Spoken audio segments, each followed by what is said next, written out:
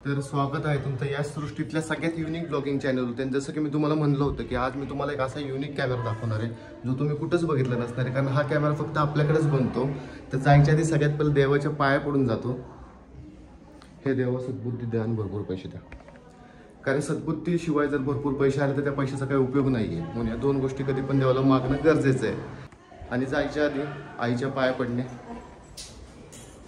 आशीर्वाद दे माते, न पाय पडता आशीर्वाद द्या. तुम्हाला सांगितलं होतं की मी तुम्हाला असा कॅमेरा दाखवल की तो तुम्ही कधीच बघितला नसेल, तर तो कॅमेरा मी तुम्हाला दाखवतो. 1 मिनिट. फोन आलता पण मी तुमच्यासाठी तो कट केलाय फोन. तर चला मी तुम्हाला सगळ्यात पहिला तो कॅमेरा दाखवतो. नाही स्पॅमवाला फोन होता म्हणून कट केला, नाही तर असे मी कस्टमरचे फोन कधीच कट करत नाही. 1 मिनिट, कॅमेराचा अँगल व्यवस्थित लावतो पहिल्यांदा. ठीक आहे, तर हा अँगल मला व्यवस्थित वाटतोय. सध्या समजून घ्या, कारण नवीन नवीन ब्लॉगिंग सुरू केली आहे. तर जसं की मी तुम्हाला म्हणलं होतं की मी एक तुम्हाला युनिक कॅमेरा दाखवणार आहे. तर हे बघा, आता तुम्ही म्हणताल की हा फोन आहे, तर या फोनमध्ये युनिक असं काय? तर पहिली गोष्ट म्हणजे सगळ्यात पहिलं म्हणजे हा फोन नीट बघून घ्या बघा. आणि हा वर्किंग पण फोन आहे.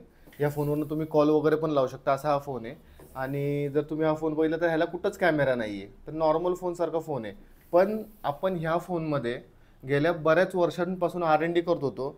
आता कॅमेरा लावायचा तर कसाही लावू शकतो कॅमेरा, पण प्रॉपर कॅमेरा बसलं पाहिजे, प्रॉपर सगळं वर्क झालं पाहिजे, असा हा कॅमेरा आपल्याला लावायचा होता. तर त्यासाठी आपण बरीच R&D केली. मी तुम्हाला म्हणलं की बरेच पार्ट मागवावे लागले, बरेच पार्ट खराब झाले, तर ह्या फोनसाठी ते झालं आहे.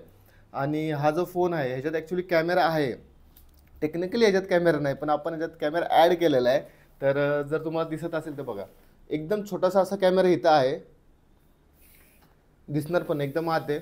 आणि नॉर्मली जर याचा व्ह्यू बोलला तर समजा मी इथं असा ठेवला कॅमेरा, हा इथं रेकॉर्डिंग करण्यासाठी, मी इथं समोर आहे, तर हा जेवढा एरिया हे मोबाईलमध्ये कवर होतो आता सध्या, तेवढा एरिया कवर होईल. थोडासा एवढा कट होईल मला वाटते, पण बाकी सगळा एरिया जो आरामात कवर होईल.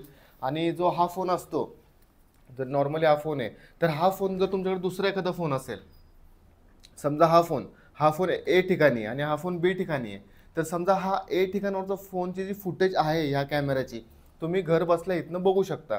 म्हणजे तुम्हाला काय करायला लागेल, नॉर्मली जर तिथं तुमच्याकडे कुठला दुसरा फोन असेल तर फक्त त्याचा हॉटस्पॉट द्यायचा आणि दुसरीकडनं तुम्ही आरामात ॲक्सेस करू शकता बघा ह्याचा कॅमेरा दुसऱ्या फोनवरनं. तर असा हा युनिक फोन आहे. जसं की मी तुम्हाला म्हणलं होतं, तर मला वाटत नाही की असा एवढा युनिक कॅमेरा तुम्ही कुठं बघितलेला असेल. आणि जे आपल्या इथं नॉर्मली जर मी बोलतो पूर्ण कस्टमायझेशन होतं, वेगवेगळे कॅमेरे असतात, वेगवेगळे कॅमेरे इथे बनतात. तर त्यातला हा एक सगळ्यात चांगला कॅमेरा असा मला वाटतो की जो कॅरी करण्यासाठी. नॉर्मली तुम्हाला मी सांगितलं तर 2 प्रकारचे कॅमेरे असतात, एक कॅरी करण्यासाठी आणि एक प्लेस करण्यासाठी. तर कॅरीतला बोललं तर हा सगळ्यात चांगला आणि चालणारा कॅमेरा आहे. आणि जसं की मी तुम्हाला सांगितलं बघा, हे ऑन म्हणजे ऑन मोबाईल असं नाही की हा डमी फोन आहे, ह्यातला डमी पण मिळतो आणि ऑन जो व्यवस्थित वर्क करतो तो पण फोन भेटतो. तर आता सगळ्यात मोठा प्रश्न पडेल की जर ह्याच्यात कॅमेरावाला सगळं आपलं आहे तर ह्यातनं कॉलिंग होईल का? येस, कॉलिंग होईल. नॉर्मल फोनसारखा हा जो फोन आहे तुम्ही आरामात यूज करू शकता. फक्त ह्याच्यात आपण एक ॲड केलेलं फीचर म्हणजे काय, इथं आपण कॅमेरा लावला आहे.